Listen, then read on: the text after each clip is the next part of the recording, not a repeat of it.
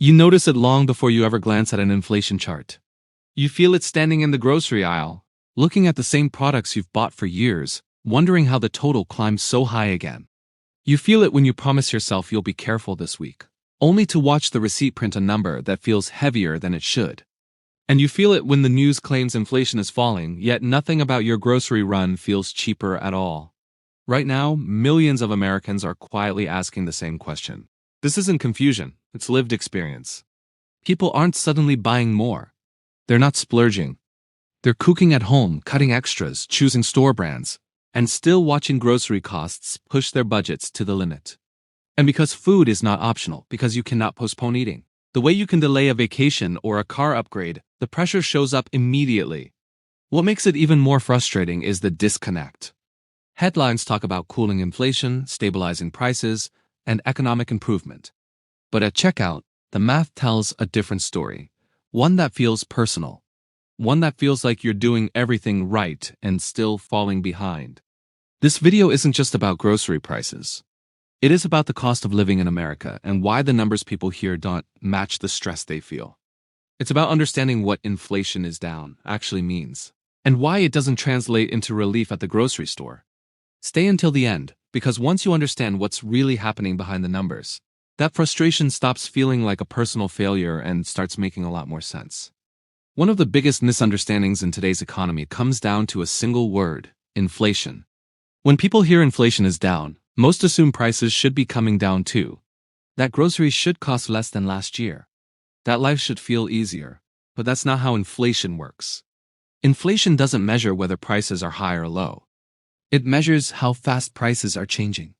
Think of it this way. Inflation is speed, not distance. If a car was racing forward at 100 miles per hour and then slows to 20, it's still moving forward. It didn't turn around. It didn't go back to where it started. It just stopped accelerating as fast. That's exactly what happened with groceries. Earlier this decade, food prices surged. Supply chains broke down. Labor costs rose. Transportation became more expensive. Energy prices jumped. Those increases stacked on top of each other, driving grocery prices sharply higher in a short time. When inflation cooled, prices didn't reverse. They simply stopped rising as quickly. Even today, grocery prices in the US are still climbing at roughly 2 to 3% per year. That sounds modest until you remember what it's building on. It's building on prices that already jumped significantly. So every year, the total inches higher, even when inflation headlines sound reassuring. This is why the grocery store feels disconnected from the news. People don't react to percentages. They react to the total at the bottom of the receipt. They react to the reality that the same cart of food costs more than it used to, and that cost never really came back down. Groceries make this especially obvious because they're a repeating expense. You don't buy food once and forget about it. You face it every week. You see the changes in real time. So when inflation slows but prices stay high, the gap between economic language and lived reality becomes impossible to ignore. Once prices move up, they almost never return to old levels. The system stabilizes at a higher baseline, and that baseline becomes the new normal people are forced to live with. And that higher baseline is where the real pressure begins. Once prices move upward, they do not come back down in the way people expect. That is the part few people explain clearly. In theory, if inflation slows, life should become easier. In reality, most prices do not reverse. They settle. The economy adjusts to a new level, and that level becomes the baseline everyone must accept. That is exactly what happened with groceries. Food prices did not increase slightly over the past few years. They jumped quickly and then stabilized at a much higher point.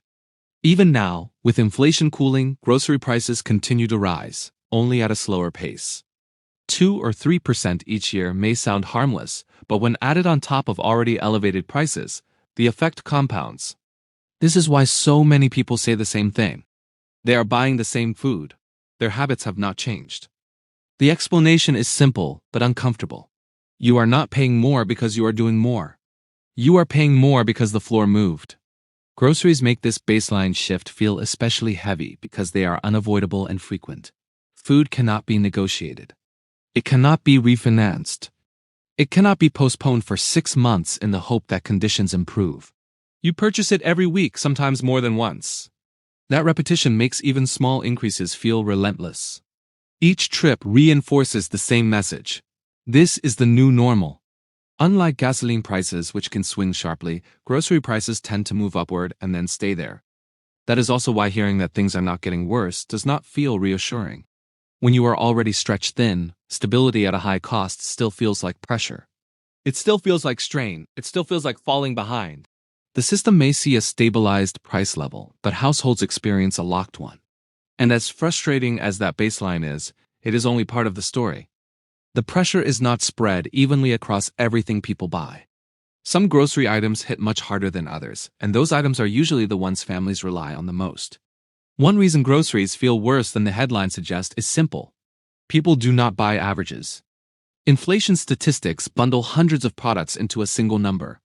But no one walks into a store and buys an average grocery basket. People buy specific foods week after week based on habit, health needs, family size, and budget. Some of those foods have increased in price far more than others. Staples like meat, eggs, and packaged beverages have risen faster than overall grocery inflation. These are not specialty items or luxury choices. They are the foundation of everyday meals. When prices rise in these categories, families feel the impact immediately because there is no easy substitute that does not involve trade-offs. This creates a gap between what the data shows and what households experience. On paper, grocery inflation may appear manageable. In reality, the items people rely on most often are the ones hitting their wallets the hardest. That is why two people can shop at the same store and walk away with completely different impressions. One person may feel prices are stable. Another may feel everything is more expensive. Both can be correct because their carts are different. Families with children often rely more on protein, dairy, and ready-to-prepare foods. Single adults may have more flexibility to adjust meals or shop sales. Inflation does not account for household structure. It hits where consumption is most consistent. Consistency is what turns price increases into pressure. When the foods you buy every week rise faster than your income, relief does not come from the fact that some categories increased less. The squeeze is felt exactly where it matters most. This is also why grocery inflation feels more personal than rising costs in other areas. You are not comparing spreadsheets. You are comparing memory. You remember what these items used to cost. You remember what your cart looked like before. When the total climbs, the reaction is immediate and emotional. And just when people think they have figured out how to manage higher prices, something else happens. Sometimes the price does not increase at all. The package simply becomes smaller. Sometimes the shelf price stays the same, but the product runs out faster than it used to. You find yourself back at the store sooner, buying the same item again, wondering why spending feels higher even though nothing officially changed. That is shrinkflation. Shrinkflation occurs when companies reduce the size, weight, or quantity of a product while keeping the price the same. Fewer ounces in the box, fewer servings in the bag, smaller portions inside familiar packaging. On paper, there is no price increase. In reality, the cost per unit quietly rises. What makes shrinkflation especially frustrating is how easy it is to overlook. Most people do not compare weights during every shopping trip. They shop based on habit, memory, and trust. Shrinkflation takes advantage of that behavior. Even when unit pricing is available, it does not remove the feeling of being misled.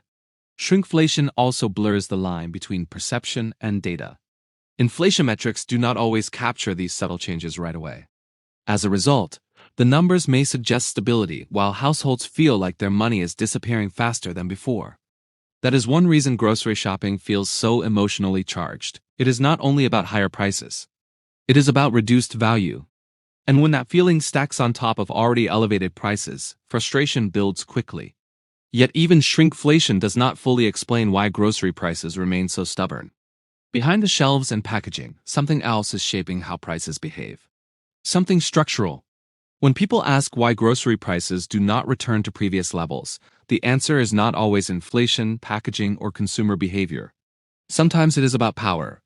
Over the past several decades, large parts of the American food system have become more concentrated. Fewer companies now control more of the path food takes from processing and distribution to store shelves. This consolidation did not happen overnight, and it was not always obvious to consumers. But its effects are difficult to ignore. In industries such as meat processing, a small number of corporations dominate production. In grocery retail, national chains have expanded aggressively while smaller independent stores struggle to survive. When fewer players control a market, prices behave differently. During disruptions such as pandemics, labor shortages, or energy spikes, prices rise quickly. Companies pass higher costs to consumers. That part is expected. What changes in concentrated markets is what happens afterward. When costs decline, prices do not always follow. With limited competition, there is less pressure to lower prices. Once consumers adjust to paying more, those higher prices tend to remain. Economists call this price stickiness. Most people experience it more simply. Prices rarely go down. From the outside, this feels unfair. Families cut back, budgets tighten, spending habits change. Yet the price tags remain. This does not mean every increase is intentional or coordinated. It means the structure of the market rewards stability over relief. Lowering prices can be riskier than holding them steady, especially when companies focus on protecting margins and meeting shareholder expectations. For consumers, the result is a one-way ratchet. Prices rise during difficult periods. They remain high during recovery. The burden of adjustment falls almost entirely on households. This is why grocery inflation feels different from other costs. It is not only volatile. It is stubborn, resistant, and locked in. While the system adapts slowly at a corporate level, families must adapt immediately. They look for ways to stretch income, rearrange priorities, and absorb pressure however possible. Which leads to the next problem. When prices remain high and wages do not rise fast enough, something must fill the gap. Even when grocery prices rise slowly, they can still cause real damage because wages are not increasing fast enough to absorb them. On paper, incomes have risen in recent years. Paychecks are larger than they were a decade ago. But when those wages are adjusted for inflation, the picture changes. Real wage growth has been modest, uneven, and fragile. For many households, grocery prices have increased faster than purchasing power. That means even small increases per trip can push budgets beyond their limits. Not because people are irresponsible, but because there is no buffer left. This is where savings quietly disappear. People save with discipline and good intentions only to pull that money back out for groceries, gas, or utilities, not for emergencies. Not for surprises, simply to get through the month. Over time, saving begins to feel pointless. Not because it is, but because essentials consume everything. This pressure does not appear in headlines. It appears in small decisions. Choosing store brands instead of name brands. Skipping certain foods. Waiting for sales that no longer stretch as far. It also appears in a deeper question people begin asking themselves. That question carries weight. It changes how people see their future. It turns grocery shopping into a reminder that progress feels stalled. The hardest part is that nothing dramatic needs to happen for this squeeze to take hold. There is no single crisis moment. No single bill that breaks the system. Only steady pressure that erodes confidence and flexibility over time. When wages lag behind essential costs like food, the gap does not remain empty. It gets filled. For a growing number of Americans, that gap is being filled with credit. When wages fail to keep pace with grocery prices, people adapt. Not by spending more, but by paying differently. For many households, groceries are no longer paid entirely with cash. They are paid with credit, a few items charged to a card. A balance that carries forward. A promise to pay it off next month when things feel lighter. At first, this does not feel dangerous. It feels practical. Credit cards become a buffer between income and reality. They smooth the mismatch when paychecks fall short and prices remain unchanged. Because groceries are recurring, predictable, and essential, they are often the first expense covered this way. But credit has a cost, and right now that cost is high. With interest rates elevated, even small balances grow quickly.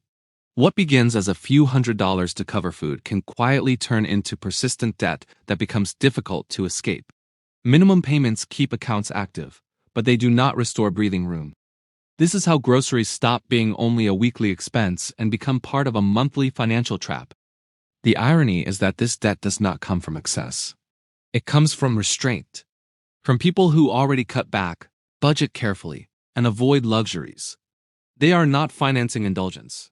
They are financing survival. Because this borrowing happens gradually, many people do not realize how dependent they have become until the pressure feels constant. The balance never fully disappears. The interest never stops. Each grocery trip feels heavier than the last. What makes this especially draining is the emotional toll. People know they are being responsible. They know they are doing their best. Yet the numbers keep pushing them backward.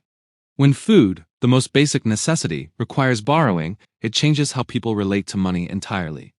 Stability begins to feel fragile. One unexpected expense feels dangerous. The future becomes something to worry about rather than plan for. That pressure does not remain on a spreadsheet.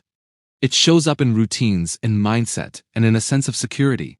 At a certain point, the conversation about grocery prices stops being about money and becomes about stress.